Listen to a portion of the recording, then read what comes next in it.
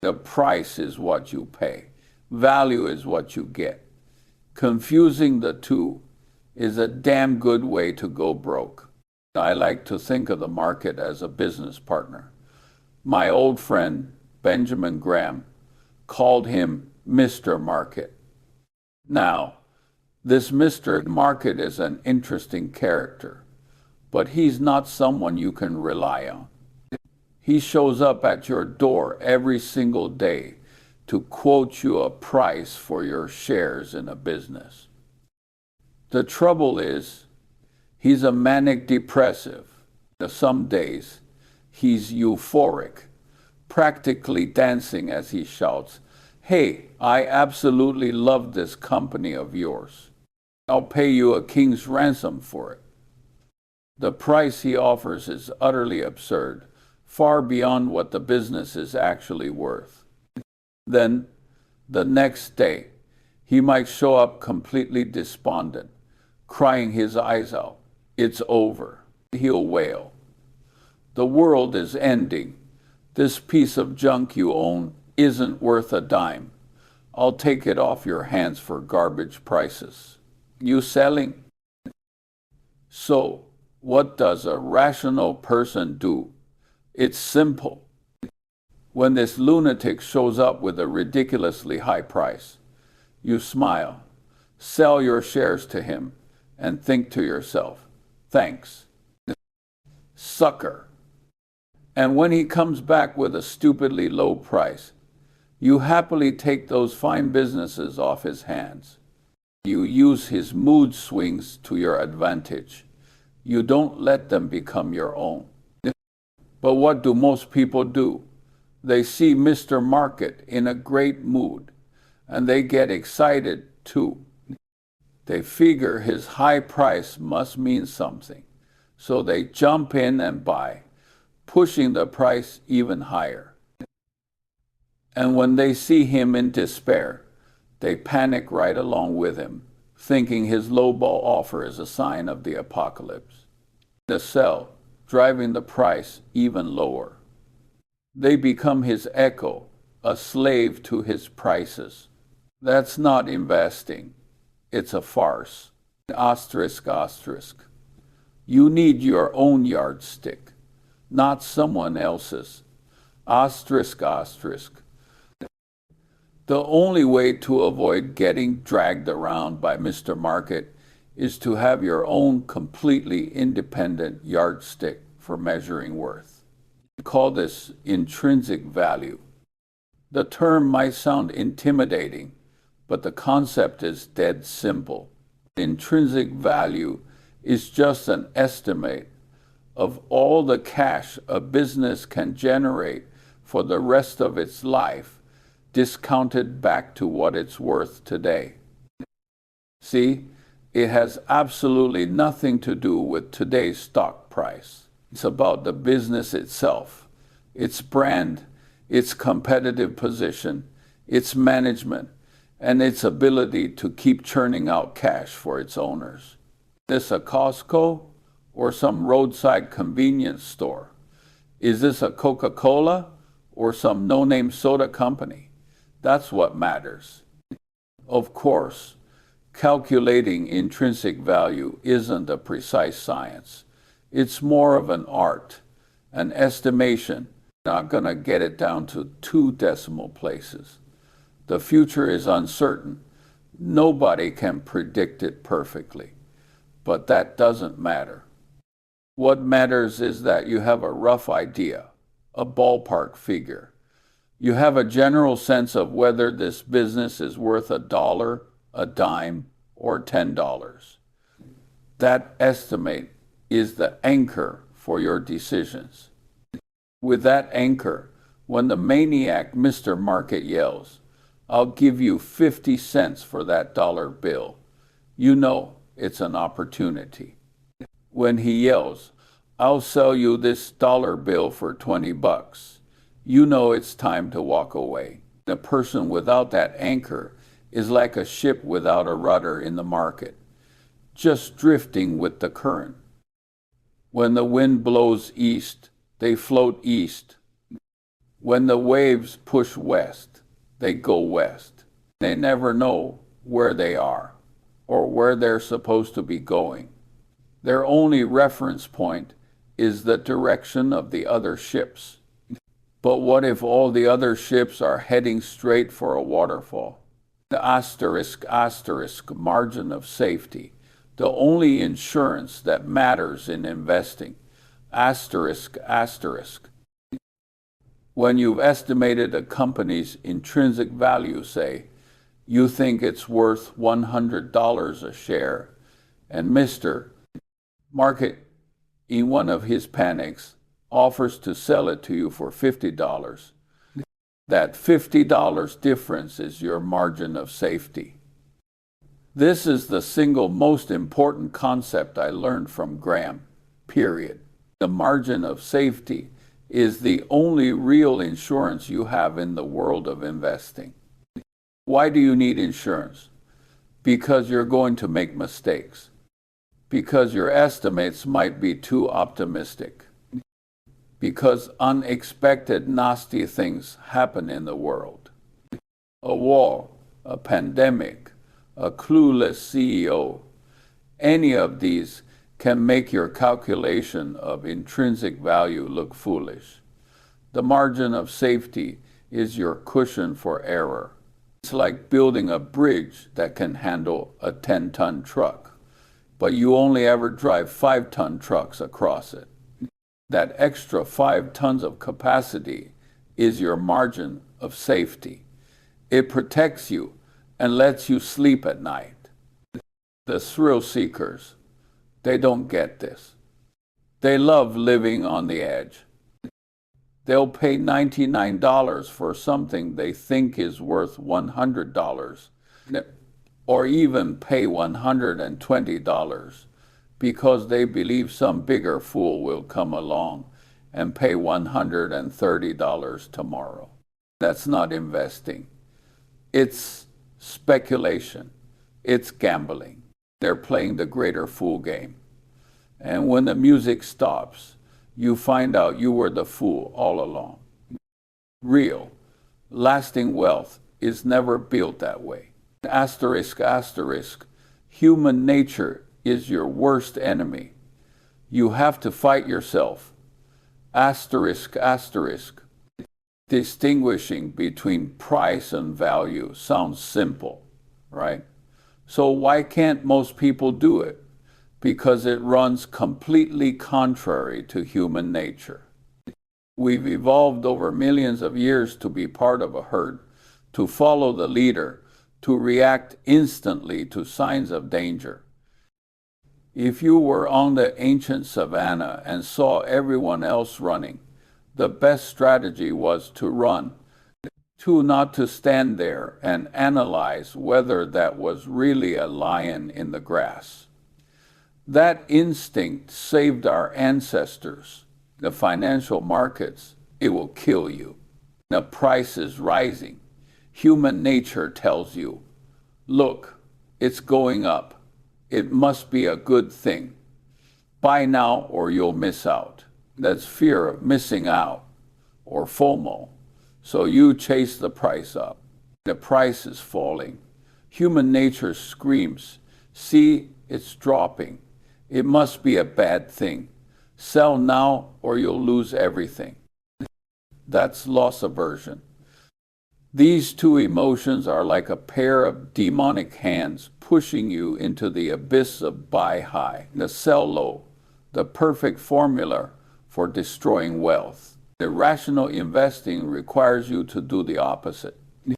You have to train yourself to see a steep price decline, not as a moment of panic, but as a moment of opportunity. You've got to be like a housewife at the supermarket who sees her favorite canned soup is 50% off, that she doesn't panic and throw it out of her cart. She gets excited and stocks up. You must be fearful when others are greedy, and greedy only when others are fearful. This requires tremendous independent thought and emotional control. You have to insulate yourself from the noise and the screaming. It's hard, damn hard, which is why successful investors will always be in the minority. The asterisk, you're buying a business, not a ticker symbol. Asterisk. Another fundamental mistake people make is forgetting what a stock really is. A stock isn't a lottery ticket to be traded back and forth. It's not a chip at a casino table. A stock is a certificate that says you own a small piece of a business. It's that simple. When you adopt that mindset, everything changes. You stop caring if it went up a dime today or down 2 dimes tomorrow. You start asking the questions that really matter. Is this a good business? Is it a business I can understand? Will it still be earning money 10 or 20 years from now? Is the management team both honest and capable? Does it have a strong moat to defend against competitors? Think about it. If you were going to buy the corner bakery, what would you do? You'd go in, try the bread, chat with the owner, look at the books, and understand the rent, the payroll, and the daily customer traffic. Do your homework, because you're buying a time's entire business asterisk. But when people buy stocks, they'll risk their life savings based on a 5-minute segment from some analyst on TV or a tip they read on an internet forum. Isn't that just nuts? Forget the ticker symbols and the squiggly lines on charts. Think of them as living, breathing companies. You are becoming a part owner of Coca-Cola or a part owner of Apple. You have to think like a proprietor. The stock market were to close for 10 years. Would you be comfortable holding this company's stock? If the answer is no, it means you don't really understand what you bought. You're just gambling. The asterisk, the circle of competence. Stick to the games you know how to win. Asterisk, the world is an incredibly complex place. Nobody can be an expert in everything. The folks on Wall Street like to pretend they understand it all. From oil and gas to microchips, from retail to pharmaceuticals. That's just nonsense. You have to be honest with yourself and draw a circle around the things you truly understand. That's your circle of competence. Inside that circle are industries and companies where you have a deeper understanding than the vast majority of people. You know the rules of the game. You know where the pitfalls are. And you understand the long-term drivers of success. For anything outside that circle, no matter how enticing it sounds, no matter how much money other people are making, you have to have the discipline to just say no. My partner, Warren Buffett, and I have missed out on all sorts of massive opportunities. Missed the early tech boom entirely because we didn't understand it. A lot of people called us dinosaurs and said we were out of touch. We just don't care. We would rather miss an opportunity we don't understand than participate in a game we know we might lose. We know that if we just stick within our circle and find opportunities where the price is far below the value, that's more than enough to keep us busy. The biggest risk doesn't come from market volatility. It comes from not knowing what the hell you're doing. When you are ignorant of an asset's intrinsic value, any price is dangerous because you have no basis for judgment. All you can do is follow the crowd, and the crowd is usually running toward a cliff. Asterisk. Patience is the highest virtue and the rarest commodity. Asterisk, asterisk. You know what the hardest part of this game is? It's not finding good companies or calculating intrinsic value. The hardest part is doing nothing, just waiting. Most of the time, most companies in the market are fairly priced or even overpriced. Truly great opportunities where price is significantly below value are rare. They might only show up once every few years, usually when the market is in a state of extreme panic and people are selling indiscriminately. When that pitch comes, you have to have the courage to step up and swing hard. But until then, your job is to sit there with cash and patiently wait. This, again, is anti-human nature. People feel like they have to. Times something, buy, sell, trade constantly, just to feel like they're in the game. Financial advisors love it when you do that, because the more you trade, the more commissions they make. The entire financial industry is built to encourage activity. But the truth is, frequent trading is the investor's worst enemy. It just racks up costs and makes you more likely to make emotional mistakes. Our approach is more like a baseball player who gets to wait for the perfect pitch. Mr. Market is throwing pitches at you all day. High, low, inside, outside. You don't have to swing at everyone. You can just stand there and let ball after ball go by, waiting for the one that's right in your sweet spot. Then you swing for the fences. At Berkshire, we sometimes wait for years before making a major investment. Outsiders might think we're lazy, but we know we're just waiting for the game-changing opportunity. The patience also has a deeper meaning, a belief in the power of compound interest. Einstein supposedly called it the eighth wonder of the world. But compounding needs time to work its magic. It's like rolling a snowball down a long hill.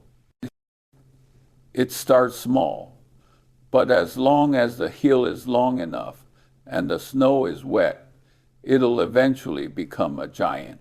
They are always looking for a get-rich-quick scheme. They don't have the patience to let the snowball grow. They keep breaking it apart to start over, destroying their long-term compounding machine with short-sighted actions. Asterisk, asterisk. It's always helpful to invert. Asterisk, asterisk. If you want to figure out how to succeed in investing, a good way to start is to ask the opposite question. How do most people fail? Make a list of all the causes of failure, and then just make sure you avoid them. You'll already be ahead of 90% of the pack. So, why do they fail? The asterisk, they confuse price with value, chasing trends and panic selling. Asterisk, they don't demand a margin of safety and love, taking big risks. Asterisk, they are ruled by emotion, greed, and fear. Asterisk, they trade constantly, racking up fees and taxes. Asterisk, they don't understand what they're investing in and rely on tips. Asterisk, they have no patience and are always chasing a quick buck. The asterisk, they try to predict short-term market moves, which not even God can do. So, just invert that list.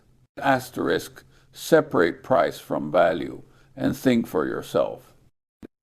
Asterisk, always demand a sufficient margin of safety.